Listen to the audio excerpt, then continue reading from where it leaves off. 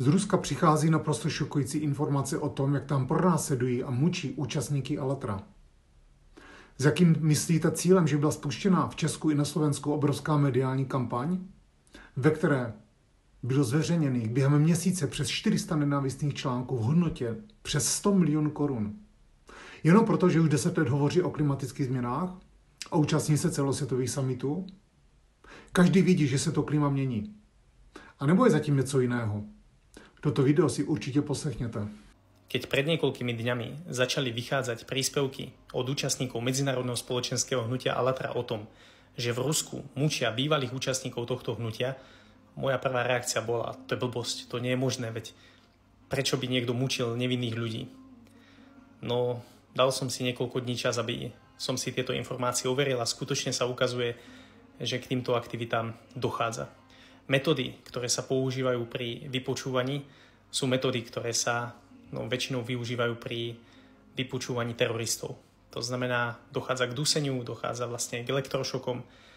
No a cieľom vlastne týchto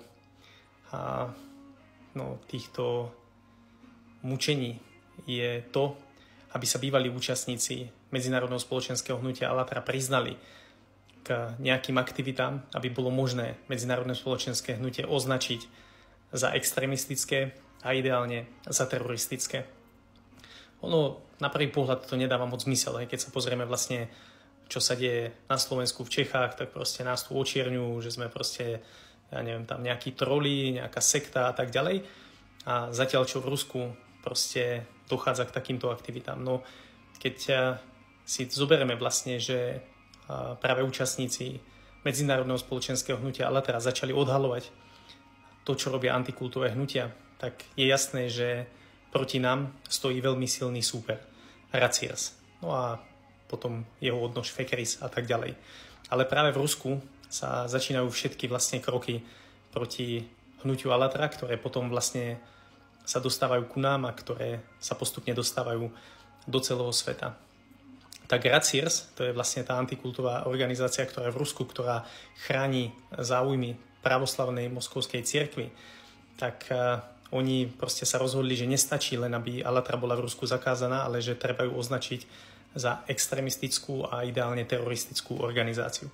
To znamená, v krajine, kde sú vlastne dennodenne porušované ľudské práva, tak je ďaleko ľahšie to dokázať a keď sa to podarí spraviť vlastne v tej krajine, že nás označia za extrémistickú alebo teroristickú organizáciu, tak potom už sa to ľahšie dostane do celého sveta. Podobne ako dneska naše médiá, ktoré sú úplne pripravené, proste žhavé, že akákoľvek novinka príde, tak ju hneď budú publikovať vlastne do všetkých médií. A tak podobne ako vlastne informovali o tom, že nás v Rusku zakázali a proste všetky tieto veci, že sme proruskí, proukrajinskí a tak ďalej, tak vlastne keby dostali takúto novinku, tak automaticky to rozšíria medzi všetkých ľudí. Ja si myslím, že to je vlastne aj prečo sa v Rusku tak ponáhľajú, aby vlastne získali všetky tieto dôkazy, prečo tam k mučeniu dochádza, lebo teraz je k tomu ideálna doba. To znamená, že v Európe teraz vlastne vďaka očierňujúcej kampani, ktorá prebehla v médiách proti Allatra, sú ideálne podmienky k tomu, že keby vlastne niekde v Rusku sa dokázalo to, že tam vlastne dokážu, že sme extrémistická alebo teroristická skupina, tak prakticky médiá u nás tú informáciu veľmi rýchlo podchytia, rozšíria a vlastne ich ďalší krok k tomu, aby vlastne nás začali tu na ešte viacej utláčať, zakázali a tak ďalej, bude ďaleko jednoduchší, ako keď vlastne celá tá situácia nejakým spôsobom utichne. Takže toto je vlastne to, čo sa deje a viete, ono už nikto nebude hovoriť, že napríklad v Rusku dneska vlastizrada je aj to, ako sa stalo jednej pani, ktorá vlastne prispela 50 eurovou čiastkou na podporu vlastne nejakej ukrajinskej charitatívnej organizácie, tak ju osúdili na neviem či 5 alebo 12 rokov, lebo ten paragraf, ktorý mala, tak bol myslím, že od 5 do 12 rokov, tak dostala vlastne veľmi vysoký trest za vlastizradu. To znamená, že pre médiá tam je čo dôležité. Vlastizrada, vysoký trest.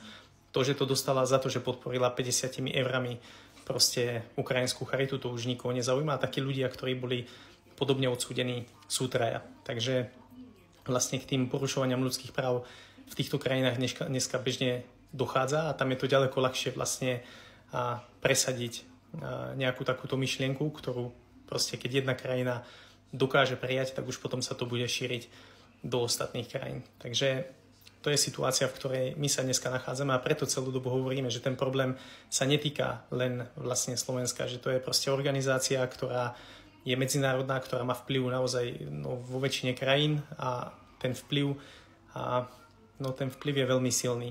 Ono ešte donedávna nikto nevedel, čo to antikultové organizácie sú. Dneska o tom vlastne píšu mnohé médiá, dneska vlastne všetky informácie sú jasné, každý deň sa odhalujú pavúčiny, kto je s kým prepojený a tak ďalej.